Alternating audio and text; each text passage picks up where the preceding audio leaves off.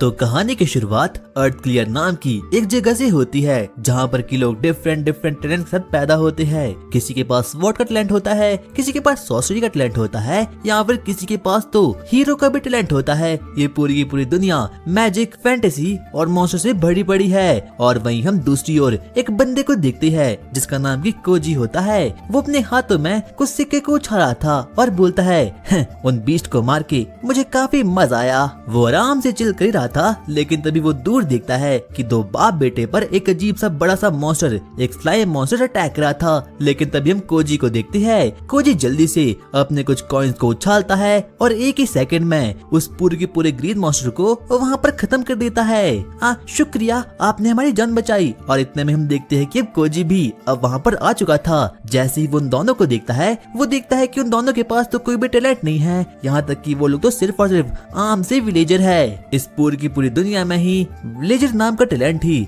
सबसे घटिया सा होता है और यहाँ तक कि सबसे लोएस्ट भी होता है। इन लोगों का लेवल सिर्फ और सिर्फ लेवल 1 से लेवल 10 तक का जा सकता है, और ना ही तो ये लोग इतना ज्यादा पावरफुल होते हैं। लेकिन तभी हम देखते हैं कि वो बच्चा वहाँ पर आता है। वो कोजी को बोलता है, क्या आप एक हीरो हो? लेकिन कोजी उसे कुछ भी बताता नहीं। बदले में वो उसे कुछ कॉपर कॉइन्स को दे देता है और उन लोगों को बोलता है, मैं कोई हीरो नहीं हूँ, बदले में मैं तुम लोगों को अपना स्टेटस दिखाता हूँ। और तभी हम देखते हैं कि अब कोजी भी उन लोगों को अपना स्टेटस दिखाता है। और जैसे ही वो लोग उसके स्टेट्स को देखते हैं, वो लोग सच में ही काफी ज्यादा शॉक्ड हो चुके थे, क्योंकि कोजी कोई आम विलेजर नहीं था, बल्कि उसका लेवल तो 999 का होता है। और जैसे ही वो बच्चा उसके लेवल को देखता है, क्या 9999? आखिरकार आप हो कौन? और अब इतना कहने के बाद अब कोजी भी वहाँ से निकल जाता है। दरअसल इस वर्ल्ड का नाम हेक्सेंड्रिया है और यहाँ पर काफी लोग भी रहते हैं और उनके साथ साथ ही काफी भयानक से मॉन्स्टर भी। और इन लोगों के पास काफी डिफरेंट टैलेंट्स भी होता है, यहाँ तक कि कोई सॉर्सरी का यूज कर सकता है, कोई किंग है,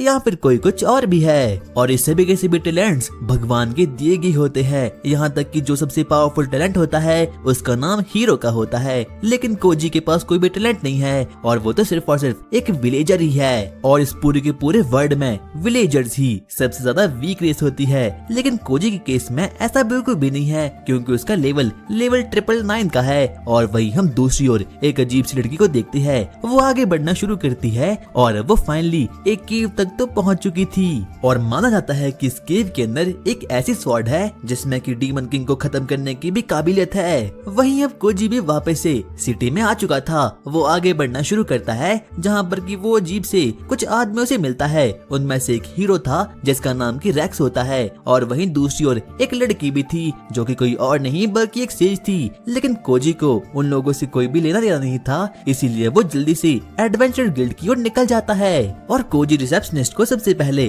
अपने स्टोर के कुछ आइटम्स को दे देता है, जिससे कि वो काफी ज्यादा खुश हो चुकी थी। और कोजी का सिर्फ और सिर्फ एक ही मोटिव है कि उसे कैसे भी करके बहुत ज्यादा पावरफुल बनना है और साथ साथ में काफी ज्यादा अमीर भी। इतने में हम देखते हैं कि अब कोजी क्वेस्ट को ढूंढने के लिए वहाँ पर निकल जाता है और उसकी नजर कुछ तो अजीब चीज पर पड़ती है, जिसमें कि ब्लू डेविल्स का जिक्र होता है। क्या ब्लू डेविल्स? इसमें मुझे काफी अच्छे खासे पैसे मिल रहे हैं, तो लगता है मुझे इसी क्वेस्ट को एक्सेप्ट करना होगा। और वहीं हम दूसरी ओर इस पूरे के पूरे वर्ल्ड के हीरो को देखते हैं जिसका नाम की रेक्स होता है। उसका सिर्फ और सिर्फ एक ही मोटिव है कि उसे कैसे भी करके इस पूरे के पूरे वर्ल्ड के डीमन किंग को खत्म करना है। उसका मानना ये था कि अगर वो लोग डीमन किंग को ही खत्म कर लेंगे तो इस पूरे के पूरे वर्ल्ड में आगे कोई भी डीमन बॉर्न नहीं होगा, और ना ही तो लोगों को उन लोगों को खत्म करने के लिए डंजन में जाना होगा।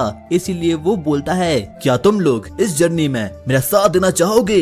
और उसकी इस स्पीच को सुनकर ही सभी के सभी लोग काफी ज्यादा एक्साइटमेंट में आ चुके थे। और इतने में ही वो बाकी लोगों को बोलना शुरू करता है, मेरी टीम काफी ज्यादा खतरनाक है, यहाँ तक कि मैं एक हीरो हूँ, मेरा लेवल 90 का है और मेरे साथ एक बहुत ही पावरफुल सेज भी है। लेकिन तभी हम देखते हैं कि एक अजीब सा वॉरियर उसे बोलना शुरू करता है, हाँ मैं तुम्हारी टीम में ज्वाइन होने के लिए बिल्कुल तैयार हूँ, मेरा टैलेंट वॉरियर का है और मेरा लेवल 86 का है। क्या लेवल 86? तुम काफी ज्यादा बूढ़े हो और हमें कोई बूढ़े आदमी नहीं चाहिए जो कि हमारी जर्नी के बीचों बीच ही टपक जाए। और अब सभी के सभी लोग रेक्स की इस बातों से काफी ज्यादा चिढ़ चुके थे। वो उसे बोलते हैं, तो आखिरकार तुम्हारा लेवल कितना है? रेक्स उन लोगों पर फ्लेक्स करता है। वो उन लोगों को बोलता है, मेरा टैलेंट टैलेंट हीरो का है और मेरा लेवल लेवल 90 का है। इतने में ही बाकी लोग उस सेज को बोलना शुरू करते हैं, आखिरकार इस लड़की का लेवल कितना है और आखिरकार ये कितनी पावरफुल हो सकती है। और तभी रैक्स उन लोगों को बोलना शुरू करता है कि जो ये लड़की है ये कोई नॉर्मल लड़की नहीं है, ये एक रॉयल ब्लड है और यहाँ तक कि इस पूरे के पूरे किंगडम की प्रिंसेस भी है। इसका टैलेंट सेज का है और यहाँ तक कि इसका लेवल लेवल 42 का भी है। जिस चीज को देखकर कि बाकी के सभी लोग एकदम शांत हो चुके थे। और उस लड़की का नाम क्रूल होता है। तो मुझे ले लो, मैं एक प्रीस्ट हूँ और मेरा लेवल लेवल 80 का है। नहीं, हम लोग तुम्हें भी ले सकते क्योंकि तुम भी काफी ज्यादा बूढ़े हो। तुम मुझे ले लो, मैं 20 साल का हूँ और मेरा लेवल लेवल 76 का है। और सभी लोगों को लग रहा था कि रैक्स इसे तो अपनी टीम में ले ही लेगा, लेकिन तभी रैक्स उसे बोलता है नहीं, तुम इस चीज के लिए काफी ज्यादा वीक हो। अब सभी के सभी लोग रैक्स की इस बात को सुनकर काफी ज्यादा ही शॉक्ड हो चुके थे। लेकिन तभी वहाँ पर एक अजीब सी लड़की आती है जिसका नाम की टीना होता है। वो बोलती है तो क्या आप मुझे ले सकते हो, मेरा लेवल लेवल 50 का है। और जैसे ही रैक्स उसके प्लॉट्स को देखता है वो उसे बोलता है अरे हाँ हाँ बिल्कुल, तुम हमारी टीम में ज्वाइन होने के लिए एलिजिबल हो। बाद में लोगों को एहसास होता है कि जो वो हीरो है वो कोई महान आदमी नहीं बल्कि सिर्फ और सिर्फ एक ठटकी सा लड़का ही है। और वहीं दूसरी ओर तभी वहाँ पर एक अजीब सी लड़की और आती है और रैक्स उसे भी अपनी टीम में ले लेता है। और वहीं कोजी भी अपने मन में बोलता है इन लोगों ने सिर्फ और सिर्फ मेरा टाइम वेस्ट किया है। और अब इतना कहने के बाद अब कोजी वहाँ से निकल जाता है और आखिरकार अब वो फाइनली एक डंजन तक तो पहुँच चुका था। यहाँ पर उसका सिर्फ और सिर्फ एक ही मिशन है कि उसे कैसे भी करके उन ब्लू डेविल्स को यहाँ पर खत्म करना है और थोड़े बहुत पैसे कमा के रात का डिनर अच्छी तरीके से करना है। और अब कोजी डंजन की ओर आगे बढ़ना शुरू करता है और वो बारी बारी करके हर एक ब्लू डेविल्स को वहाँ पर खत्म करना भी शुरू कर देता है। और जैसे ही वो लोगों को मारता है वो लोगों की ब्लू हॉर्न को भी वहाँ पर कलेक्ट कर देता है क्योंकि वो काफी ज्यादा प्रीशियस आइटम होती है। और वहीं दूसरी ओर हम देखते हैं कि अब हीरो की स्क्वाड भी सेम उसी डंजन में आ चुकी थी और वो भी बारी बारी करके उन ब्लू डेविल्स को हंट करना स्टार्ट कर देती है। और अब वो लोग भी अपनी जर्नी को आगे बढ़ाना शुरू करते हैं। वो लोग आगे आगे बढ़ना शुरू करते हैं। लेकिन तभी हम पैडना को देखते हैं। वो रैक्स से पूछती है आखिरकार हम लोग इस तरफ क्यों जा रहे हैं। रैक्स उसे बताता है कि डंजन के इस कोने में एक ऐसा चैम्बर है जहाँ पर की हॉली स्वॉर्ड रखी गई है और उसे कोई भी डीमन किंग को खत्म कर सकता है। तभी बाकी लोग उसे पूछना शुरू करते हैं क्या अगर ऐसी बात है तो आखिरकार रॉयल फैमिली ने उस स्वॉर्ड को पहले ही यूज क्यों नहीं किया। रैक्स उसे बताता है कि जो वो हॉली स्वॉर्ड है उसे सिर्फ और सिर्फ लेवल 90 का हीरो ही कैरी कर सकता है और रॉयल फैमिली ने आज तक उसे इसलिए यूज नहीं किया क्योंकि आज तक किसी भी रॉयल फैमिली के वारिस ने डीमन किंग को कभी खत्म ही नहीं किया।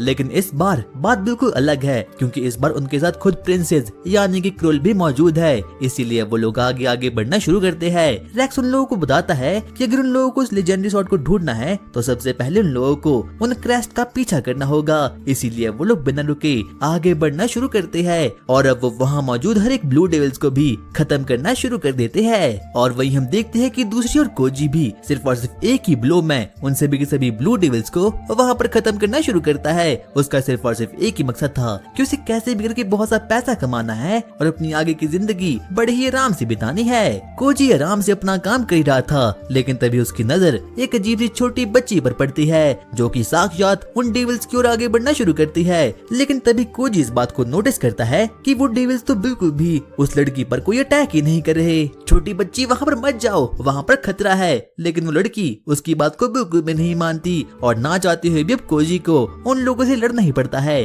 और वहीं दूसरी ओर हम देखते हैं हीरोज पार्टी भी उस डंजन की आगे आगे बढ़ना शुरू करती है और अब कहीं न कहीं उन लोगों का माना भी एकदम डाउन हो चुका था। क्रूल और रैक्स काफी ज्यादा थक चुके थे, इसलिए ना चाहते हुए भी टीना को उन लोगों को अपना माना देना पड़ रहा था। लेकिन तभी क्रूल काफी ज्यादा गिल्ट में आ चुकी थी। वो उन लोगों को बोलती है मुझे माफ करना, मेरी वजह से तुम लोगों की स्पीड काफी कम हो चुकी है। और आखिरकार वो सभी के सभी लोग फाइनली उस चैम्बर तक तो पहुंच चुके थे।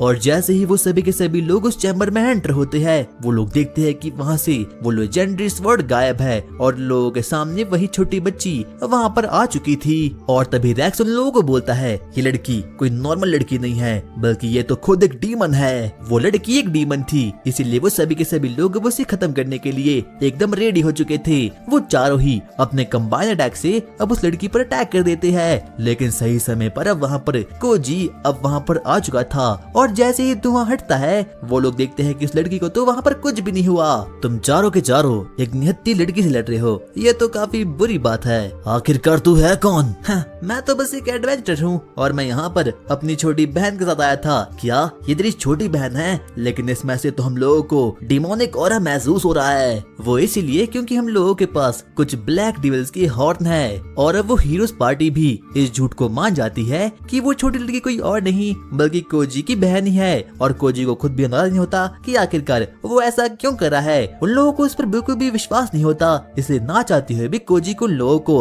अपने स्टैट्स को दिखाना पड़ता है। लेकिन तेरी छोटी बहन के सर पर सींग है, आखिरकार इसका मतलब क्या हुआ? अरे ये कोई सींग नहीं है बल्कि ये तो सिर्फ और सिर्फ एक एक्सेसरी है। आगे कोजी उन लोगों को अपने गिल्ड कार्ड को भी दिखाता है और वो हर एक प्रूफ देता है कि आखिरकार वो ह्यूमन क्यों है। लेकिन तभी रैक्स अब काफी ज्यादा गुस्से में आ चुका था। वो उन लोगों से पूछना शुरू करता है, आखिरकार तेरी बहन इस सीक्रेट चैम्बर में क्या कर रही है? क्योंकि यहाँ पर एक लेजेंडरी स्वॉर्ड थी। और तभी कोजी उसे बोलता है, क्या वो स्वॉर्ड तो मैंने बहुत पहले निकाल दी थी और मुझे फ्री फायर में टॉप अप भी करना था, इसलिए मैंने वो बेच भी दी। क्या? ऐसा बिल्कुल नहीं हो सकता, क्योंकि उस स्वॉर्ड को सिर्फ और सिर्फ लेवल 90 का हीरो ही उठा सकता है। और अब ना चाहते हुए भी अब कोजी को उसे इस बात का प्रूफ देना ही पड़ता है। वो जल्दी से उस चैम्बर के आगे जाता है और वहाँ पर उस पूरे के पूरे एंशिएंट स्टोन को उठा देता है। रैक्स अब इस बात को देखकर काफी ज्यादा ही शॉक्ड हो चुका था। वो उसे बोलता है, तेरा लेवल कितना है? और अब कोजी उन लोगों के सामने अपने लेवल 999 को वहाँ पर फ्लैक्स कर देता है। और जैसे ही वो लोग उसके 999 को देखते हैं, वो सभी के सभी लोग काफी ज्यादा शॉक्ड हो चुके थे। यहाँ तक कि प्रिंसेस उसे बोलती है, प्लीज मुझे शादी कर लो। नहीं, मुझे इसमें कोई भी इंटरेस्ट नहीं है। आगे वो लोग उसे बताना शुरू करते हैं कि आखिरकार उसके पास कितनी ज्यादा पावर हो सकती है, यहाँ तक कि वो अकेले ही डीमन लॉर्ड को खत्म कर सकता है। लेकिन तभी कोजी उन लोगों को बोलना शुरू करता है, देखो मुझे डीमन लॉर्ड को मारने में कोई भी इंटरेस्ट नहीं है और ना ही तो मुझे नेम चाहिए और ना ही तो मुझे फेम चाहिए। मुझे सिर्फ और सिर्फ एक चीज से फर्क पड़ता है और वो है पैसा।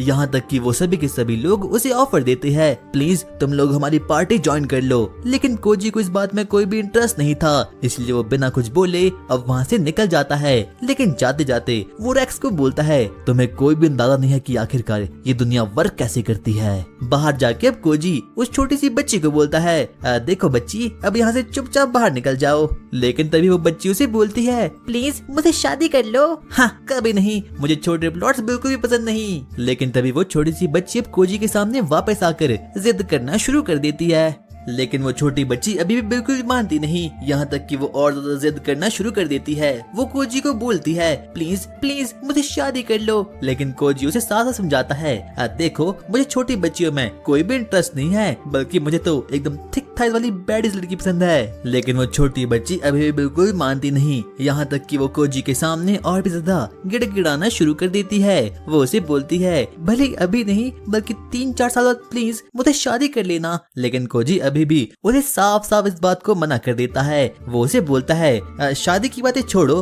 तो मुझे ये बताओ कि आखिरकार तुम्हारा उस सीक्रेट स्वॉर्ड से काम क्या था। आगे वो लड़की उसे बताना शुरू करती है कि दरअसल वो यहाँ पर सीक्रेट स्वॉर्ड को चुराने के लिए यहाँ पर आई थी, क्योंकि जो उसके फादर है वो काफी ज्यादा इल है और अगर गलती से वो सीक्रेट स्वॉर्ड हीरो को मिल गई तो वो उसके फादर को खत्म कर लेगा। कोजी को एहसास होता है कि अगर ऐसी बात है और अगर हीरो भी उसके फादर को खत्म करना चाहता है तो हो सकता है कि जो उसका फादर है वो काफी महान आदमी होगा।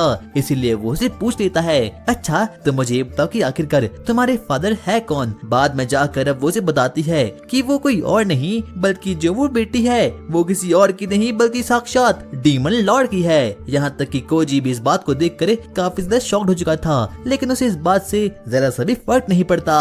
दरअसल कोजी पहले भी बहुत बार डीमन लॉर्ड से मिल चुका है, लेकिन उसका सिर्फ और सिर्फ एक ही मकसद है कि उसे कैसे भी करके बहुत पैसा कमाना है। इसीलिए उसने डीमन लॉर्ड से कभी भी फाइट नहीं की। जिस चीज को देख कर कि वो छोटी बच्ची ये देखकर काफी ज्यादा शॉक्ड हो चुकी थी। वो उसे पूछती है, आखिरकार आप कभी भी डीमंस लोगों को मारते क्यों नहीं? क्योंकि इस चीज में कोई भी फायदा नहीं है। जिस चीज को देख कर कि वो छोटी बच्ची भी अब काफी ज्यादा शॉक्ड हो चुकी थी। उसे बिल्कुल विश्वास नहीं होता कि कोई ऐसा ह्यूमन भी हो सकता है जिसकी कि डीमन से कोई भी दुश्मनी नहीं है। कोजी का मानना सिंपली ये था कि अगर ह्यूमैनिटी डीमन लॉर्ड को खत्म भी कर ले तो भी वो लोग कभी भी चैन से जी नहीं पाएगी, क्योंकि डीमंस तो तभी भी बरकरार रहेगी। और इतना कहने के बाद अब कोजी वहाँ से निकल जाता है। और वहीं हम लोग दूसरी ओर हीरोज की पार्टी को देखते हैं, जो कि अभी भी कोजी के बारे में सोच रही थी। यहाँ तक कि रेक्स तो कोजी से काफी ज्यादा गुस्से में आ चुका था, क्योंकि जाते जाते कोजी ने उसे एक बहुत ही गंभीर बात को बोल दिया था। मैं उस ह्यूमन को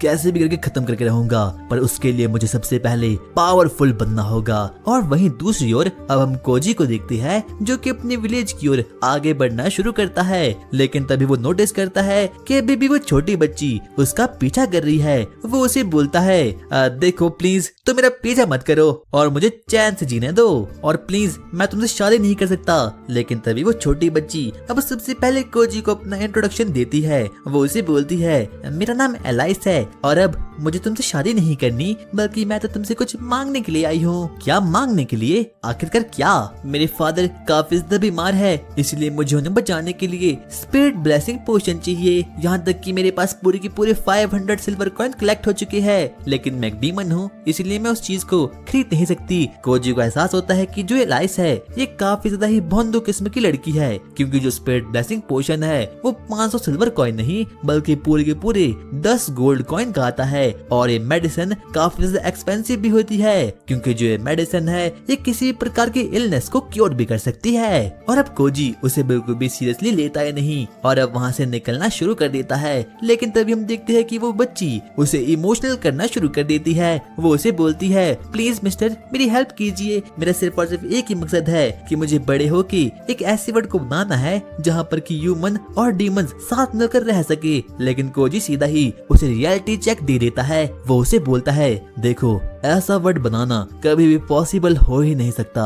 लेकिन कहीं ना कहीं कोजी भी अब उसकी थिंकिंग से काफी ज्यादा इम्प्रेस हो चुका था, इसीलिए वो उसके पास जाता है और एक क्लॉथ को उसके डिमोनिक हॉर्न पर बांध लेता है, जिससे कि अब उसका माना कभी भी आगे रिलीज होगा ही नहीं और किसी को एहसास नहीं होगा कि उनके आसपास कोई डीमंस भी हो सकता है। लेकिन तभी कोजी उसे बोलता है, तुम्हारी थिंकिंग काफी अच्छी है, इसलिए मैं तुम्हारी मदद करने के लिए तैयार हूँ।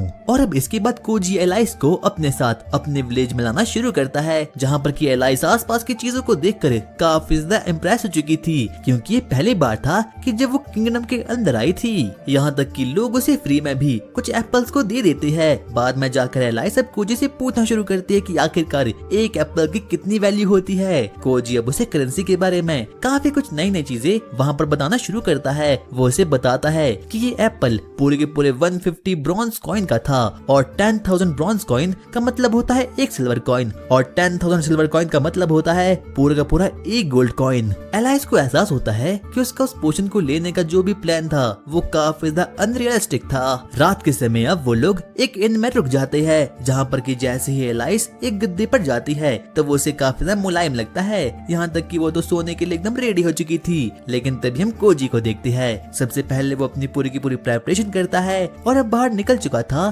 ताकि वो उस पोशन को ले सके। लेकिन वो जाने से पहले सबसे पहले एलाइस को बोलता है, चाहे कुछ भी हो जाए दरवाजा मत खोलना, और जब हम लोग साथ में जाएंगे तो हो सकता है कि तुम पर कुछ एडवेंचरर अटैक कर ले, इसलिए मैं तुम्हारी प्रोटेक्शन के लिए बाहर से अपने दोस्त को ला रहा हूँ। और अब इतना कहने के बाद अब कोजी वहाँ से निकल जाता है। लेकिन वहीं दूसरी ओर हम लोग स्काई में एक बहुत ही खतरनाक डीमन को देखते हैं, जो कि एक ईगल पर बैठा था। वो अपने मन में बोलता है, मैं ह्यूमैनिटी को खत्म कर दूंगा। एलाइस आराम से बैठी थी, लेकिन तभी उसे अचानक से डोर नॉक होने की आवाज आती है। वो काफी ज्यादा खुश होती है कि अब फाइनली कोजी वहाँ पर आ चुका है। लेकिन जैसे ही वो दरवाजे खोलती है वो अपने सामने देखती है कि वहाँ पर तो एक जिम बॉय और काफी ज्यादा खतरनाक आदमी अब वहाँ पर आ चुका है। और जैसे ही एलाइस उसे देखती है वो डर के मारे एकदम बेहोश हो चुकी थी। लेकिन तभी कोजी उसके पीछे से बाहर आता है। वो उसे बताता है कि यही वो दोस्त था जिसके बारे में कि वो बातें कर रहा था। उसका नाम टाकोको है और वो एक मॉन्क है। यहाँ तक कि उसका लेवल 124 का है। और अब टकाको और एलाइस आपस में बातचीत करना शुरू करते हैं, जहाँ पर कि टकाको एलाइस को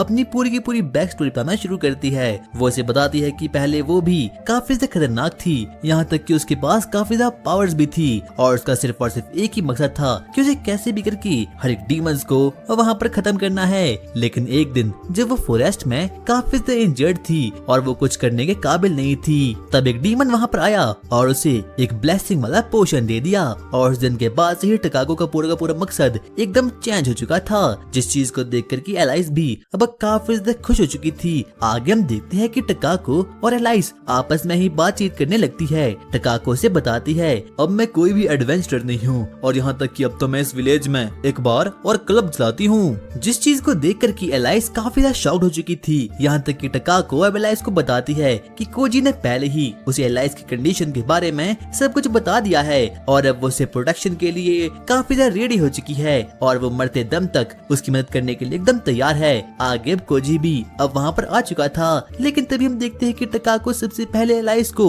बोलना शुरू करती है, एलाइस क्या तुम मेरे साथ हॉट स्प्रिंग में जाना चाहती हो? लेकिन एलाइस इस बात से काफी ज्यादा ही दुखी हो चुकी थी, क्योंकि उसे अभी तक लग रहा था कि जो टकाको है वो एक मैन है। लेकिन कोजी उसकी इस मिसअंडरस्टैंडिंग को दूर करता है और वो उसे बोलता है, डरने की कोई बात नहीं है, क्योंकि जो टकाको है वो भी एक लड़की है। इसके पहले काफी बड़े प्लॉट्स थे, लेकिन इसने ट्रेनिंग करते करते अपने फैट को एकदम जीरो कर लिया और ये बात टकाको को बिल्कुल भी पसंद नहीं आती। इसीलिए वो कोजी को एकदम जोरदार की लात मारती है और अब इतना कहने के बाद टकाको और एलाइस हॉट स्प्रिंग की ओर आगे बढ़ना शुरू करते हैं। रास्ते में एलाइस सबसे पहले टकाको को पूछती है, टकाको जब आपने कोजी को किक मारी तो वो थोड़ा बहुत इंजर्ड हो चुका था, लेकिन आपका और उसका लेवल तो काफी ज्यादा यूनिक है ना? और तब टकाको से बताती है कि वो एक मॉन्क है और जो कोई भी मॉन्क होते हैं उनका फिजिकल स्ट्रेंथ काफी ज्यादा खतरनाक का होता है और यहाँ तक कि भले उसका लेवल 124 का हो, वो कोजी का मुकाबला अपने 7 जन्मों में भी नहीं कर सकती, क्योंकि कोजी के पास तो कुछ अलग ही लेवल्स की पावर है। आखिरकार कोजी इतना पावरफुल कैसे बना? तब जाके टकाको से बताती है कि वो बचपन से ही ट्रेनिंग कर रहा है और मॉन्स्टर को मार रहा है और तभी वो लेवल 999 का है। यहाँ तक कि ये तो पूरी की पूरी ह्यूमन हिस्ट्री में काफी ज्यादा ही खतरनाक बात है। आज तक कभी भी किसी का भी लेवल 999 हुआ ही नहीं। पर एलाइस अब इस बात से काफी ज्यादा दुखी हो चुकी थी, क्योंकि उसे लग रहा था कि फ्यूचर में जाकर कोई ना कोई ह्यूमन तो लेवल 999 का कर ही लेगा और जैसे ही वो ऐसा करेगा तो वो उसके फादर यानी कि डीमन किंग को खत्म करने के लिए वहाँ पर आ जाएगा। लेकिन टकाको उसे बताती है, नहीं ऐसा कभी भी हो नहीं सकता, क्योंकि कोई भी कोजी के लेवल तक पहुँच नहीं सकता, क्योंकि कोजी एक ऐसी चीज को मिस कर रहा है जो कि बाकी सबके पास है। क्या ऐसी भी कोई चीज है? आखिरकार वो क्या है? जब तुम उसके साथ एडवेंचर करोगी तो तुम्हें पता चल ही जाएगा। वो लोग बातें कर रहे थे, लेकिन तभी अचानक से पूरी की पूरी धरती कांप उठती है और वो लोग देखते हैं कि आसमान में से तो वाइल्ड बोर की बौछारें हो रही है और जैसे ही वो लोग ऊपर देखते हैं वो लोग देखते हैं कि वो पिछले वाले डीमंस तो अब वहाँ पर आ चुका है और वो बारी बारी करके पूरी की पूरी सिटी को वाइल्ड बोर से वहाँ पर खत्म कर रहा है। उसका सिर्फ और सिर्फ एक ही मकसद है कि उसे कैसे भी करके ह्यूमैनिटी को वहाँ पर खत्म करना है और वो वाइल्ड बोर हर एक ह्यूमन को खत्म करना शुरू कर देते हैं। यहाँ तक बाकी के लोग समझ नहीं पाते कि आखिरकार उन लोगों को यहाँ पर क्या करना चाहिए, लेकिन मौका देखते ही अब कोजी भी अब वहाँ पर आ चुका था। वो बारी बारी करके हर एक वाइल्ड बोर को पटक के ऊपर फेंकना शुरू कर देता है। यहाँ तक किसी को भी विश्वास नहीं होता कि किसी के पास सुपर ह्यूमन स्ट्रेंथ भी हो सकती है। और वहीं कोजी अपने मन में सोचता है, इन वाइल्ड बोर को मार के तो मैं काफी अच्छा माना स्टोन कलेक्ट कर सकता हूँ। लेकिन तभी सिटी में अब फाइनली वहाँ पर रेक्स और उसकी स्क्वाड भी अब वहाँ पर आ चुकी थी। रेक्स सबसे पहले अपनी स्वॉर्ड को वहाँ पर निकाल देता है और एक के बाद एक करके डिमोनिक ईगल्स को मारना शुरू कर देता है। लेकिन तभी उसकी नजर ऊपर वाइल्ड बोर पर पड़ती है, जिसे किसी और ने नहीं बल्कि कोजी ने ही वहाँ पर फेंक के रखा था। और जैसे ही वो लोग कोजी को वहाँ पर देखते हैं वो लोग काफी ज्यादा शॉक्ड हो चुके थे, क्योंकि उन लोगों को लग रहा था कि जो कोजी है वो डीमन किंग के साथ मिला हुआ है। लेकिन कोजी उनकी इस मिसअंडरस्टैंडिंग को भी दूर कर देता है और वो उन लोगों को बोलता है, अरे ऐसा कुछ भी नहीं है। और अब वो लोग प्लान बनाना शुरू करते हैं कि आखिरकार वो लोग कैसे उसे खत्म कर सकते हैं। यहाँ तक कि क्रूल तो एकदम अजीब अजीब से प्लान बनाना शुरू करती है। लेकिन तभी कोजी वहाँ पर आता है और उसे बोलता है ये एकदम फालतू प्लान है, और वो थोड़े और बहुत प्लान बनाना शुरू करते हैं। यहाँ तक कि कोजी को तो उनमें से एक भी प्लान बिल्कुल भी पसंद नहीं आता। लेकिन तभी हम देखते हैं कि कोजी एलाइस के पास आता है और वो उसे बोलता है, एलाइस क्या तुम ऊपर वाले डीमन को पहचानती हो? हाँ, शायद से उनका नाम मैनो है और उनकी जनरेशन हमारे डीमन किंग को और मेरे फादर को काफी जनरेशन से प्रेज कर रही है। और अब कोजी खुद प्लान बनाता है कि वो डीमन को बिल्कुल भी खत्म नहीं करेगी, बल्कि उनसे बातचीत करेगी। लेकिन सभी लोगों को ये प्लान एकदम घटिया सा लगता है। लेकिन तभी हम देखते हैं कि कोजी तो इस बात को मानने के लिए एकदम रेडी हो चुका था। लेकिन तभी पेरेंट को एक बात का एहसास होता है। उसे एहसास होता है कि जो कोजी था वो विदाउट मैजिक पावर के ही उन वाइल्ड बोर्ड को आसमान में फेंक रहा था। इसका मतलब ये है कि कोजी के पास कोई भी मैजिक पावर है ही नहीं। इसीलिए एलाइस भी अब ये देखकर काफी ज्यादा शॉक्ड हो चुकी थी। उसे बिल्कुल विश्वास नहीं होता कितने पावरफुल ह्यूमन के पास कोई मैजिक है ही नहीं। इतने में हम टकाको और कोजी को देखते हैं। वो सीधा ही जंप मारते हैं और अब उस डीमन लॉर्ड की ओर आगे बढ़ना शुरू कर देते हैं। कोजी और टकाको एकदम अजीब सी एबिलिटी का यूज करते हैं, जिसकी वजह से कि फाइनली कोजी उस डीमन लॉर्ड के पास ऊपर आ चुका था। आखिरकार तुम हो कौन? बस मैं तो एक आम सा विलेजर हूँ। आखिरकार तुम हो कौन? हेलो, मेरा नाम कोजी है। आगे हम देखते हैं कि अब कोजी और मैनो आपस में बातचीत करना शुरू करते हैं। यहाँ तक कि मैनो भी अब उसकी स्ट्रेंथ को देखकर काफी शॉक्ड हो चुका था। वो उसे पूछता है, आखिरकार तुम्हारा स्टैट्स क्या है? कहीं तुम वो हीरो तो नहीं? लेकिन तभी कोजी अब उसे बताता है, अरे नहीं, मैं कोई हीरो नहीं हूँ, बल्कि मैं तो सिर्फ और सिर्फ एक विलेजर हूँ। लेकिन मैनो को उसकी बातों पर बिल्कुल भी विश्वास नहीं होता, इसीलिए वो उस पर अटैक कर देता है, जिससे कि कोजी के सारे कपड़े एकदम फट चुके थे। और मैनो को लगता है कि जरूर ये ह्यूमन कोई और नहीं बल्कि सिर्फ और सिर्फ हीरो ही होगा। लेकिन ना चाहते हुए भी कोजी को वापस से अपने स्टैट्स को उसे दिखाना पड़ता है। और जैसे ही मैनो उसकी विलेजर यानी कि लेवल 999 के स्टैट्स को देखता है तो वो काफी शॉक्ड हो चुका था। यहाँ तक तो उसे बिल्कुल विश्वास नहीं होता कि किसी ह्यूमन के पास लेवल 999 भी हो सकता है। लेकिन तभी हम देखते हैं कि अब कोजी भी उसे बातचीत करना शुरू करता है। वो उसे बोलता है, आखिरकार तुम हमारे विलेज पर अटैक क्यों कर रहे हो? क्योंकि मुझे ऐसा करने के लिए खुद डीमन किंग ने कहा है। लेकिन कोजी को इस बात पर बिल्कुल विश्वास नहीं होता। वो उसे बोलता है, ऐसा कभी भी हो नहीं सकता, क्योंकि जो डीमन किंग है वो काफी ज्यादा सिक है। आखिरकार तुम हो कौन? मैं तो बस एक नॉर्मल सा विलेजर हूँ। और हाँ, मैं तुम्हें एक बात बताना चाहता हूँ कि मेरी दोस्त कोई और नहीं बल्कि डीमन किंग की डॉटर यानी कि एलाइस है। क्या? Princess alias? आखिरकार ऐसा कैसे हो सकता है? और आखिरकार तुमने हमारी प्रिंसेस के साथ क्या किया?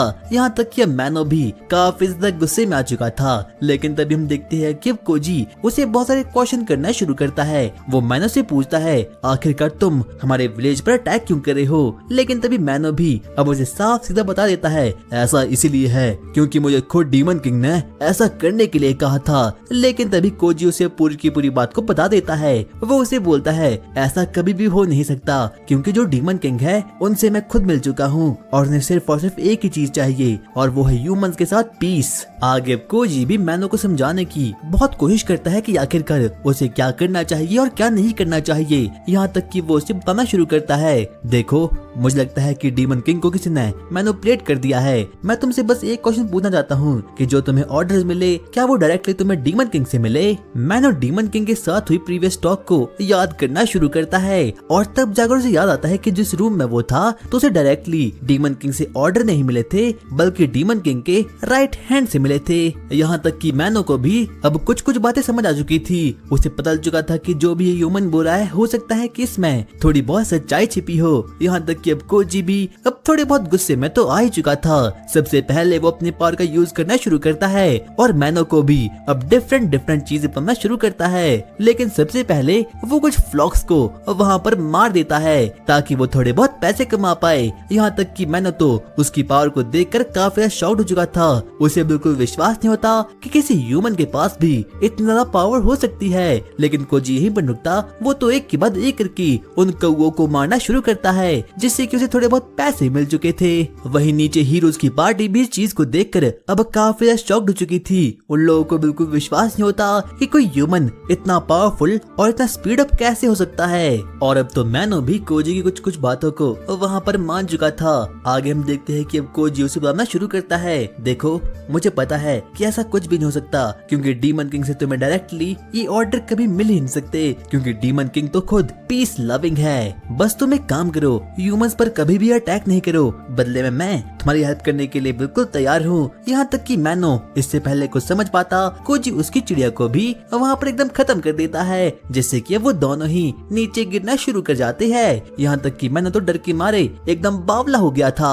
और जैसे ही मैनो को होश आता है वो अपने सामने सबसे पहले कोजी को देखता है। कोजी उसे बोलता है, तो कल सुबह मैं तुम्हारी प्रिंसेस यानी कि एलाइस को यहाँ पर ले आऊंगा और हम दोनों साथ में ही तुम्हारे साथ डीमन किंग के कैसल में जाएंगे जाएंगे और वहाँ से डीमन किंग से बात करेंगे, क्योंकि मुझे पता है कि वहाँ पर जरूर कुछ न कुछ खतरा जरूर होगा। क्योंकि अगर डीमन किंग को सच में किसी ने मैनिपुलेट कर दिया है तो वो तुम्हारी जान का भी भूखा बन जाएगा। और अब कहीं न कहीं मैनो भी इस बात को मान चुका था। और वहीं दूसरी ओर हम कोजी को देखते हैं और वो तो अभी भी कुछ पैसों को कलेक्ट कर रहा था। अगली सुबह एलाइस और कोजी दोनों साथ मिलकर ब्रेकफास्ट करना शुरू करते हैं, जहाँ पर कोजी एलाइस को मैनो के बारे में हर एक चीज को बता देता है। और अब वो दोनों साथ मिलकर प्लान बनाते हैं कि वो दोनों साथ मिलकर डीमन किंग के कैसल में जाएंगे और वहाँ पर सभी कुछ चीजों को एकदम खत्म कर लेगी। और जो कोई भी आदमी डीमन किंग को वहाँ पर मैनिपुलेट करा है उसे भी वो लोग मिलकर वहाँ पर खत्म करने वाले हैं। आखिरकार हम लोगों को वहाँ पहुँचने में कितना वक्त लग जाएगा?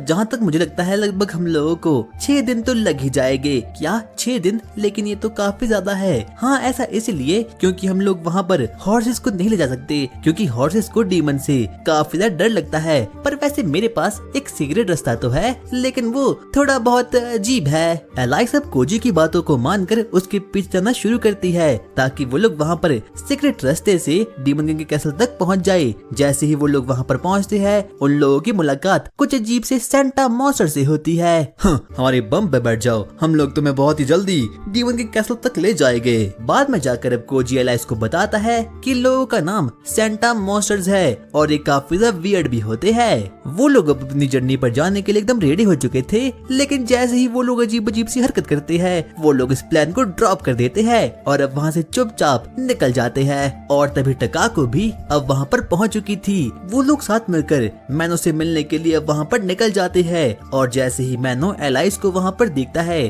तो वो बोलता है, प्रिंसेस मुझे माफ करना, मुझे बिल्कुल भी अंदाजा नहीं था कि जिस विलेज पर मैं अटैक कर रहा हूँ वहाँ पर आप भी हो। कोई बात नहीं मैनो, तुम्हें भी इस चीज के बारे में कुछ भी पता नहीं था। आगे वो लोग आपस में ही बातचीत करना शुरू कर लेते हैं। लेकिन तभी जैसे ही टकाको मैनो को देखती है वो तो उसके प्यार में एकदम पागल हो चुकी थी। आखिरकार ये कौन सा जीव है? यहाँ तक कि मैनो भी टकाको को देखकर एकदम डर चुका था। और अब वो सभी के सभी लोग अब डीमन किंग कैसल में जाने के लिए एकदम रेडी हो चुके थे। लेकिन तभी अचानक से हम देखते हैं कि पीछे से हीरोज की पार्टी अब वहाँ पर आ चुकी थी और अब वो सभी के सभी लोग अब वहाँ पर आ चुके थे। और जैसे ही वो लोग वहाँ पर कोजी को देखते हैं तो वो उसे बोलते हैं, हमें पता था कि तुम डीमंस के साथ काम कर रहे हो। कोजी उन लोगों को समझाने की कोशिश करता है कि उनकी स्ट्रेटजी एकदम फालतू है, क्योंकि कोजी उनसे 100 टाइम ज्यादा पावरफुल है। लेकिन तभी रैक्स इस बात को सुनकर काफी ज्यादा चिढ़ चुका था, इसीलिए वो कोजी पर अटैक करने के लिए आगे बढ़ता है। लेकिन कोजी बड़े ही इजीली उसके अटैक को डॉज कर लेता है। और अब बाद में जाकर वो लोगों को बताता है कि आखिरकार जो डीमंस लोग हैं वो अच्छे क्यों हैं। क्या तुम्हें याद है कि आखिरकार डीमन किंग और उसकी आर्मी ने हमारे विलेज पर लास्ट टाइम अटैक कब किया था? नहीं, मुझे इसके बारे में कोई भी याद नहीं है। आगे हम देखते हैं कि अब कोजी उन लोगों से डीमन किंग से बातचीत करना शुरू करता है। वो लोगों को बताता है कि जो डीमन किंग है वो मैनिपुलेट हो चुका है और वो लोग डीमन कैसल इसलिए जा रहे हैं ताकि वो लोग सभी की सभी चीजों को वहाँ पर सॉर्ट आउट कर सके। धीरे धीरे करके उन लोगों को पूरी की पूरी बात पता चल चुकी थी, जैसे कि वो छोटी बच्ची कोई और नहीं बल्कि डीमन किंग की बेटी है। कोजी उन लोगों को आश्वासन दिलाता है कि वो डीमंस और ह्यूमंस के बीच में फ्रेंडशिप करवा के रहेगा। लेकिन वो लोग तो इस बात को मानने के लिए बिल्कुल भी तैयार नहीं थे, क्योंकि उन लोगों का मानना था कि जो कोई भी डीमंस लोग होते हैं वो काफी ज्यादा इविल होते हैं। लेकिन वो लोग तो अभी भी कोजी की बातों को बिल्कुल मानते नहीं। उन लोगों को लगता है कि कोजी जरूर ब्रेन वॉश हो चुका है, इसलिए उनमें से एक विच उन लोगों पर जोरदार फ्लेमिंग अटैक कर देती है। और अब उन लोगों के पास कोई भी डिफरेंट ऑप्शन बचता ही नहीं, इसीलिए वो लोग जल्दी से अब वहाँ से भाग जाते हैं। जाते जाते अब वो लोग फाइनली उस जगह पर पहुँच चुके थे जहाँ पर कि मैनो ने उन लोगों के लिए एक व्हीकल को तैयार कर लिया था, जिससे कि वो लोग फाइनली डीमन किंग के कैसल तक पहुँच सकते हैं। लेकिन जैसे ही वो लोग उन वापस से उन सेंटा मॉन्स्टर्स को देखते हैं उन लोगों की हालत तो एकदम खराब हो चुकी थी। लेकिन टकाको इस बात से काफी ज्यादा खुश हो चुकी थी। सेंटा मॉन्स्टर्स एक बार वापस से अजीब अजीब सी हरकतें करना शुरू कर लेते हैं, लेकिन टकाको जल्दी से उनके पीछे पर एक जोरदार लात मारती है, जिससे कि वो लोग जल्दी से आगे भागना शुरू कर देते हैं। लेकिन वही हम उन तीनों को देखते हैं, वो लोग अपने मन में बोलते हैं, आखिरकार हम लोग ये कहाँ फंस गए। वहीं रैक्स और बाकी लोग तो अभी भी कोजी के बारे में ही बातचीत कर रहे थे।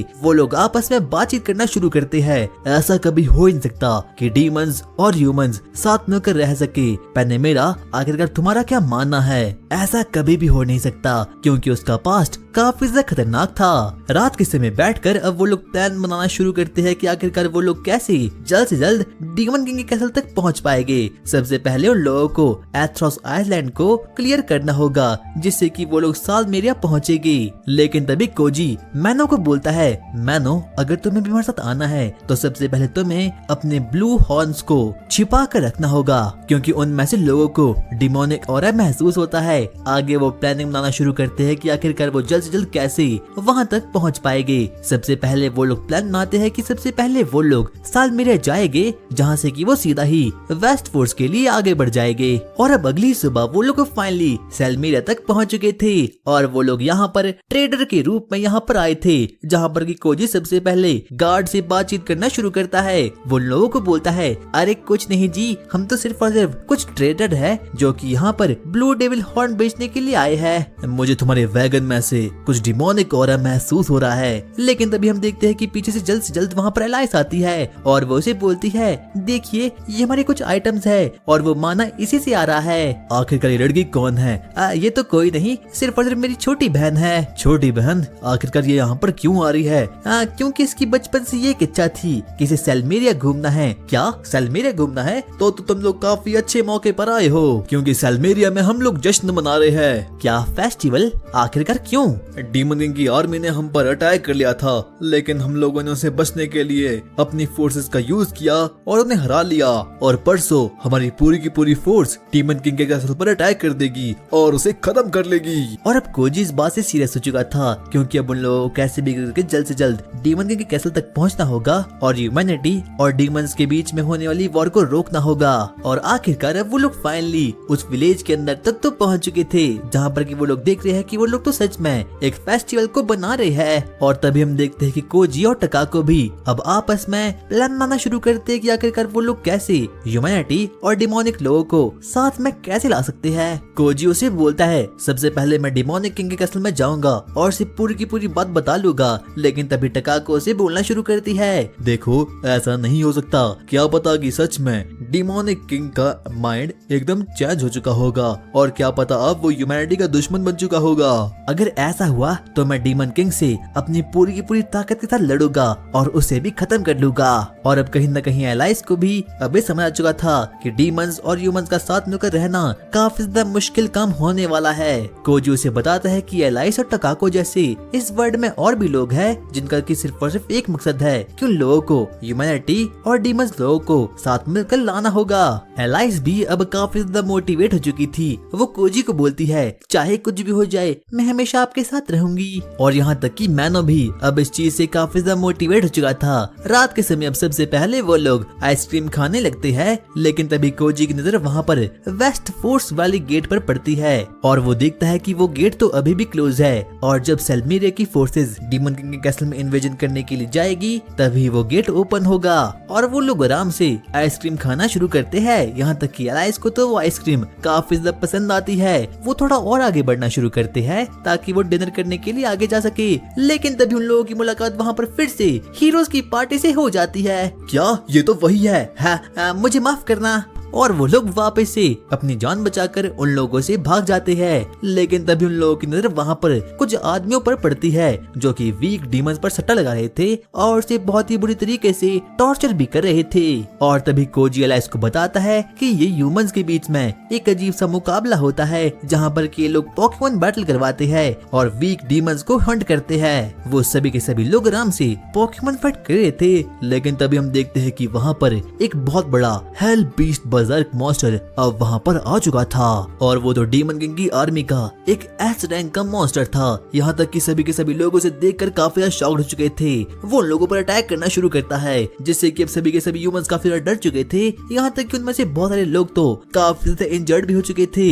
यहाँ तक कि इतना ही काफी नहीं था कि इतने में ही वहाँ पर और भी बहुत सारे डीमंस स्पॉन होना शुरू हो चुके थे। मैं ये कहाँ फंस गया?